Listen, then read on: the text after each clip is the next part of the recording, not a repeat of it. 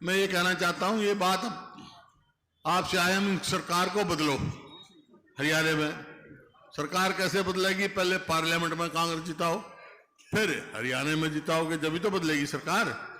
तो आपसे पूछ सकते हैं, या मैं की भूमि पे कह के जा रहा हूं, और जो मैं कहता हूं कहते हैं वो करते हैं।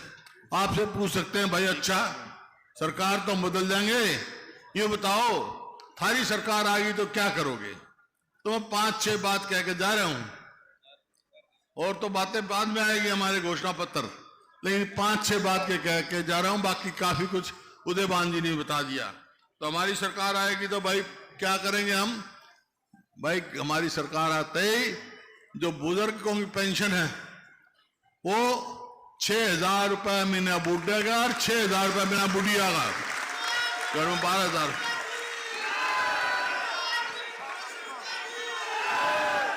सुनो सुनो। और भाई एक जो है सबसे कष्ट की बात होती है, खेत का ट्यूबवेल का तो बिजली का बिल मैं कर गया था 10 पैसे यूनिट, लेकिन गरीब आदमी को बिजली का खर्चा बहुत परेशान करता है। तो भाई 300 यूनिट फ्री बिजली देंगे हम 300 यूनिट। और ये हमारी बहन बेटियां बैठी है भाई, आजकल कोई लाकड़ियां पे तो रोटी पोता नहीं, गैस का ले आए सिलेंडर जब हमारी सरकार थी तो 400 रुपए का भाव था, अब हो गया 1000 से ऊपर। लेकिन हमारी सरकार आ गई तो आज कह रहा हूं जैसे राजस्थान में कर दिया था ना, 500 रुपए से ज्यादा सिलेंडर की कीमत नहीं होगी।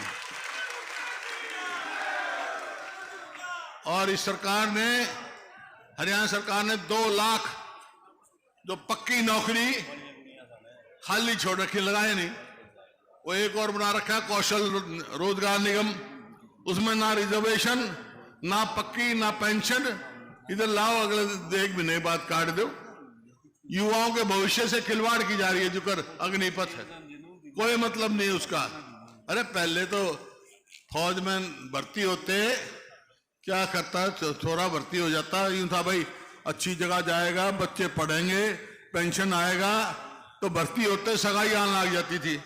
ये बगनी 21 साल से कम शादी ना हो, 18 साल का भर्ती होगा, 21 साल का 22 साल का घर आ जाएगा, तो कौन ब्याह करेगा भाई उसका? बताओ कौन रिश्ते लेके जाओगा?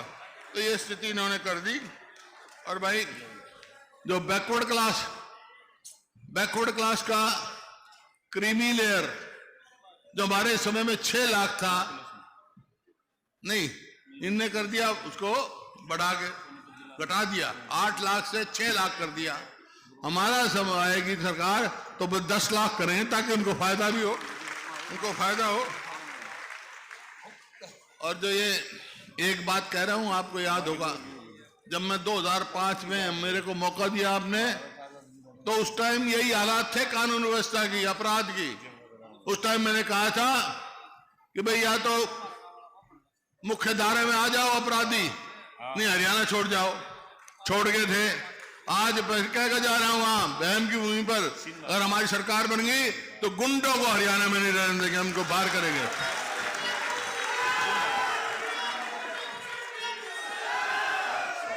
और ये पोर्टल चला रखे हैं, मेरी फसल मेरा ब्यौरा। अरे यही तो मंडी है, यही किसान है।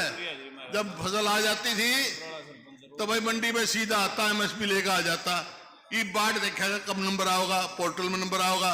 ये सब बेकार के पोर्टलों का हम खत्म करेंगे। किसान की कहते दुगनी आमदनी करेंगे। आमदनी का दुगनी करी, लागत कर दी।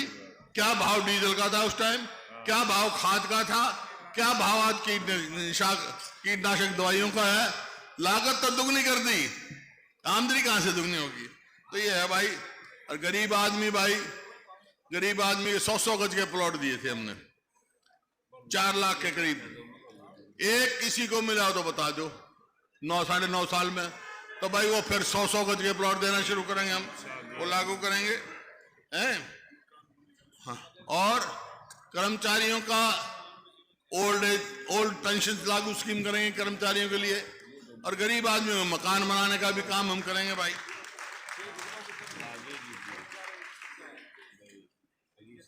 और जो पीले कार्ड हैं, इनका भी तमाशा कर रखा है इनने।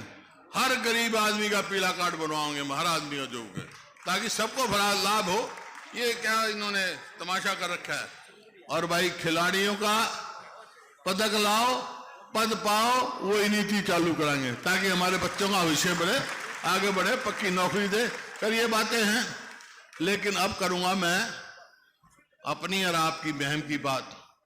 देखिए, काफी कह दिया, अजीत दीपेंद्र ने भी कहा, दांगी साहब ने भी कहा, और प्रत्यक्ष को प्रमाण की जरूरत नहीं होती भाई। आज जो मैं यहां खड़ा हूं, मैं सांसद भी रहा, आपकी सेवा का मौका भी मिला। अगर मैं इस स्थिति में पहुंचा हूं तो मैं कोई नहीं संकोच कह सकता हूं, उसमें महम का सबसे बड़ा हाथ है भाई। कैसे है? क्योंकि 91 में जब मैं चुनाव लड़ रहा था, तो पहले तो दांगी साहब पे जो जिस प्रकार से यहाँ बैसी गांव में आया, जब लाश पड़ी थी, वो दिन मैं याद नहीं कराना चाहता। मेरे को तकलीफ थी उस टाइम, इतनी जाति हो रही है। तो खैर चुनाव आया 91 का, मेरे से राजीव गांधी जी ने पूछा। उससे पहले जब महम का हुआ, तो एक बात बताना चाहता हूं कि आज कांग्रेस के नेता है राहुल गांधी। उस समय राजीव गांधी आए थे, इनके पिताजी और राहुल गांधी साथ थे। उन्हें देखा महम में क्या हुआ था। बात तो ठीक है। तो ये सब मालूम है, प्रत्यक्ष को प्रमाण की जरूरत होती। तो मैं तो ये कह रहा हूं भाई, 91 का चुनाव आया, तो इस वास्ते मैं कह रहा हूं, उसमें सबसे बड़ी जीत महम हल्के ने दिवाई थी मेरी।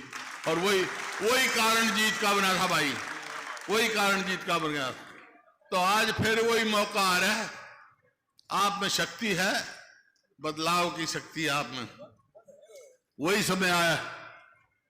अगर आप चाहते हो कि आपका भविष्य हो, उज्जवल हो, आगे जाए, तो भाई एक बात कह के जा रहा हूं मैं, ये चुनाव आएगा पहले पार्लियामेंट का, बाद में असेंबली का आएगा। असेंबली में जब बात बनेगी, जब पार्लियामेंट में जीत जाओगे, समझे नहीं, अपनी सरकार बनानी। तो एक बात कह के जा रहा हूं मैं, अभी कोई चर्चा थी यहां से, शायद दांगी साहब ने कहा हो कि महम की इज्जत जब रहेगी, जब कलोई से भी ज्यादा वोटों से जिताओगे आप दीपेंद्र को, ये थी ना बात। तो भाई एक बात सुन लो, पिछली बार 19 के चुनाव में कलोई ने मेरे को, कलोई से मैं 70,000 वोटों से जीता था, पूरे हरियाणा में सबसे ज्यादा।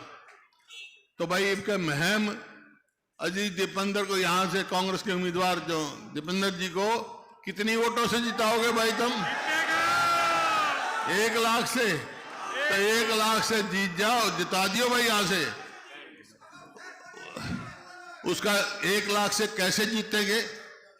आप जब जीतोगे, हर बूथ पर हर वोट पड़े, और वोट की परसेंटेज 90% आएगी, तो जीतोगे आप।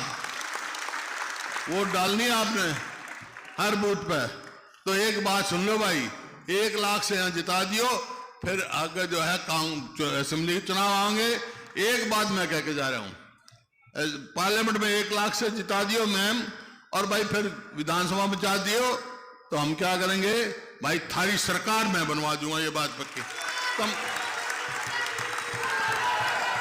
मंजूर है, टक्कर लेने तैयार हो? तो मैं भी तैयार हूं भाई।